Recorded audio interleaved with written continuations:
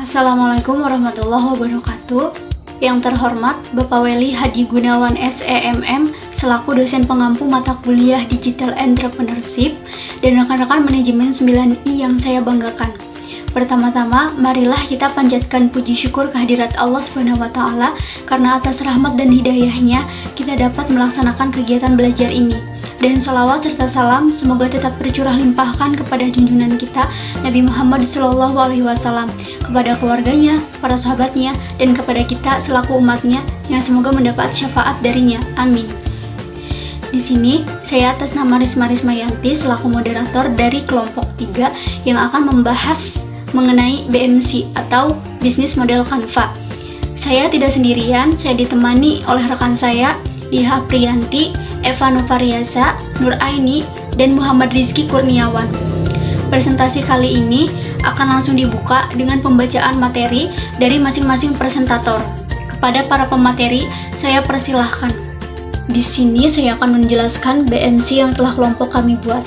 Tapi sebelum masuk ke produk yang akan kami jalankan, saya akan menjelaskan sedikit apa itu BMC. Jadi, BMC itu merupakan kerangka kerja untuk mempermudah suatu usaha atau bisnis yang akan dijalankan. Nah, kelompok kami memilih menjalankan usaha kuliner di bidang makanan yang diberi nama curcol atau churros cocol. Churros ini merupakan makanan ringan yang digunakan sebagai pengganjal lapar. Cocok untuk dinikmati dalam berbagai kesempatan seperti nongkrong bareng teman, untuk menemani belajar maupun menemani kerja. Lalu apa sajakah ke-9 elemen BMC tersebut? Yang pertama ada mitra kunci yang terdiri dari pemasok bahan baku, reseller, dan perusahaan mitra. Nah, jadi dalam hal ini partnership kami adalah pemasok bahan baku seperti pemasok terigu, pemasok telur, pemasok coklat, maupun pemasok gas dari beberapa agen. Kemudian reseller. Jadi untuk meningkatkan profit, kami memutuskan untuk bekerja sama dengan beberapa reseller. Kemudian perusahaan mitra. Kami juga bekerja sama dengan perusahaan mitra seperti GoFood maupun GrabFood untuk mempermudah transaksi penjualan dan pembelian. Selanjutnya hubungan dengan pelanggan. Nah, hal ini merupakan elemen di mana kami menjalin ikatan dengan pelanggan. Dalam menjalankan bisnis tentunya kita harus mempertahankan hubungan dengan pelanggan dong, supaya mereka tidak berpaling ke yang lain dan tetap loyal dengan produk kita. Nah, di sini kami melakukan beberapa cara. Yang pertama, mempertahankan kualitas. Nah, untuk mempertahankan pelanggan, tentunya yang harus dipertahankan adalah kualitas daripada produk yang akan kita jual. Dalam memasarkan churros, tentunya kualitas sangat kami jaga, terutama dalam menjaga kebersihan. Jadi agar pelanggan itu menilai bahwa produk yang kami pasarkan benar-benar higienis. Yang kedua, mempertahankan rasa. Selain kualitas yang perlu dijaga, rasa juga harus dipertahankan karena pelanggan akan tetap loyal jika rasanya enak. Udah murah, terus rasanya enak. Nah, konsumen mana sih yang gak mau mencoba? Pasti semuanya mau dong. Yang ketiga, mempertahankan kemasan. Kemasan yang kami gunakan adalah menggunakan tin wall. Tujuannya untuk melindungi produk agar produk tidak tergores atau mudah rusak di tengah pengiriman menuju tempat konsumen. Jadi, mempertahankan kemasan juga perlu dilakukan untuk mencuri perhatian pelanggan. Yang keempat, melakukan diskon atau promo. Cara yang efektif dalam menarik pelanggan adalah dengan mengadakan diskon. Konsumen akan lebih tertarik apabila ada diskon karena dinilai dapat menghemat pengeluaran. Dalam memasarkan produk, di sini kami melakukan promo melalui potongan harga.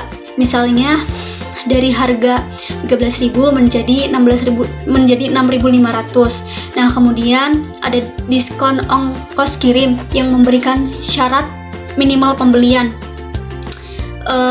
Kemudian bonus pembelian yaitu beli 3 gratis 1. Terus ada diskon flash sale. Jadi diskon yang diberikan dalam waktu singkat dengan tujuan untuk menarik perhatian pelanggan. Nah, kemudian yang kelima ada membuat inovasi. Jadi dalam membuat inovasi baru merupakan salah satu bentuk untuk mempertahankan pelanggan. Kami melakukan inovasi terhadap produk kami, seperti menambah varian rasa atau topping.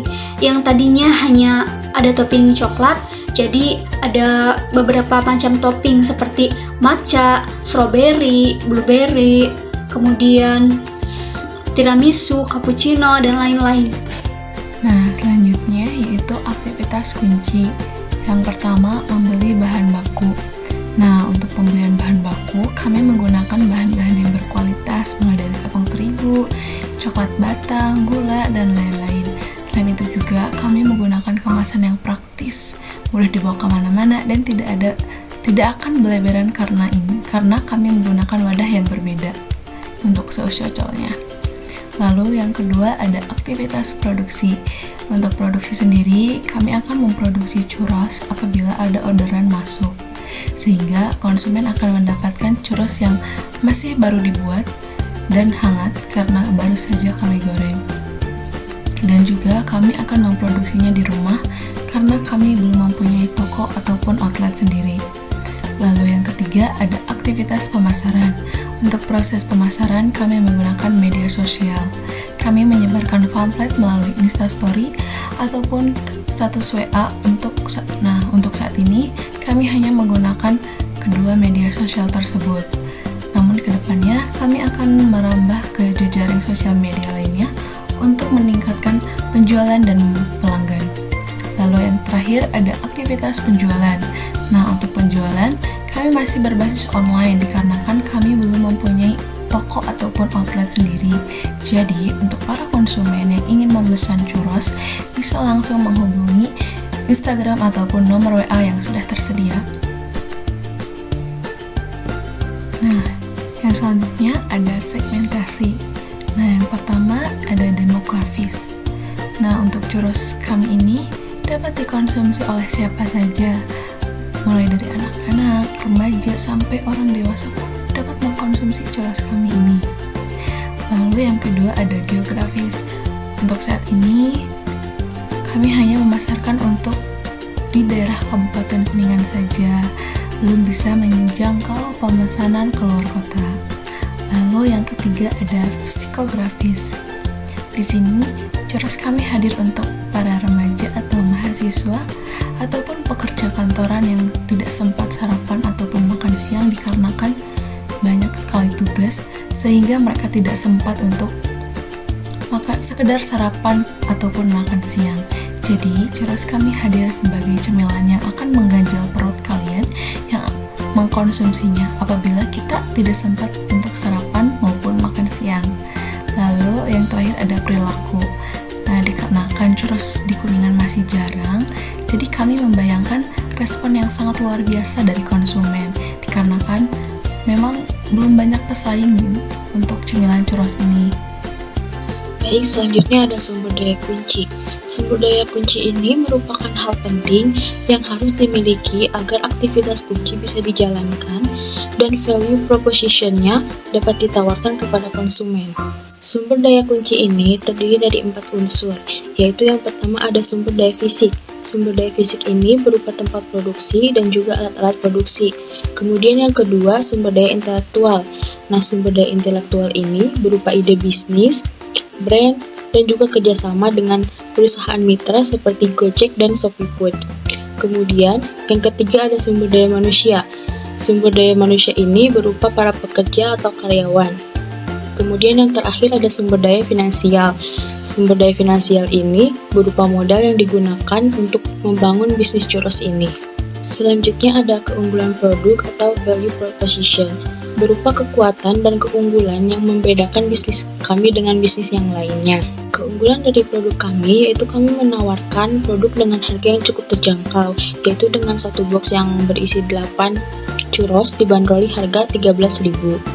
Kemudian bahan-bahan yang kami gunakan juga berkualitas, penyajiannya pun sederhana, rasanya yang enak dan juga unik, dan tentunya kualitasnya pun terjaga. Selanjutnya ada saluran channel kami membuat pamflet, lalu disebarkan oleh ke media sosial seperti IG, WA, FB, dan Twitter. untuk memasarkan produk kami, dan kami juga membuat konten mengenai produk kami. Selanjutnya, biaya atau pengeluaran. 1 kg terigu 12.000, 4 gula 5.000, 2 biji mentega 10.000, 1 kg telur 26.000, 1 kg minyak 17.000, 1 pak piping bag 10.000, coklat batang 20.000, 1 liter susu cair 20.000, 20 biji stinwal 13.600, dan 20 biji stinwal 4.400. Jumlah biaya yang dikeluarkan sebesar 138.000. Selanjutnya yaitu pendapatan atau pemasukan. Pendapatan per hari 260.000 dengan 1 hari produksi sebanyak 20 box dengan harga 13.000 per box, maka mendapatkan per harinya sebanyak 122.000. Sedangkan pendapatan per bulan dengan produksi sebanyak 520 box dengan harga 13.000 per box, maka pemasukan per bulan yaitu 6.760.000 dan profitnya 3.050.000. Sekian pemaparan dari kelompok kami. Kurang lebihnya mohon maaf. Wassalamualaikum warahmatullahi wabarakatuh.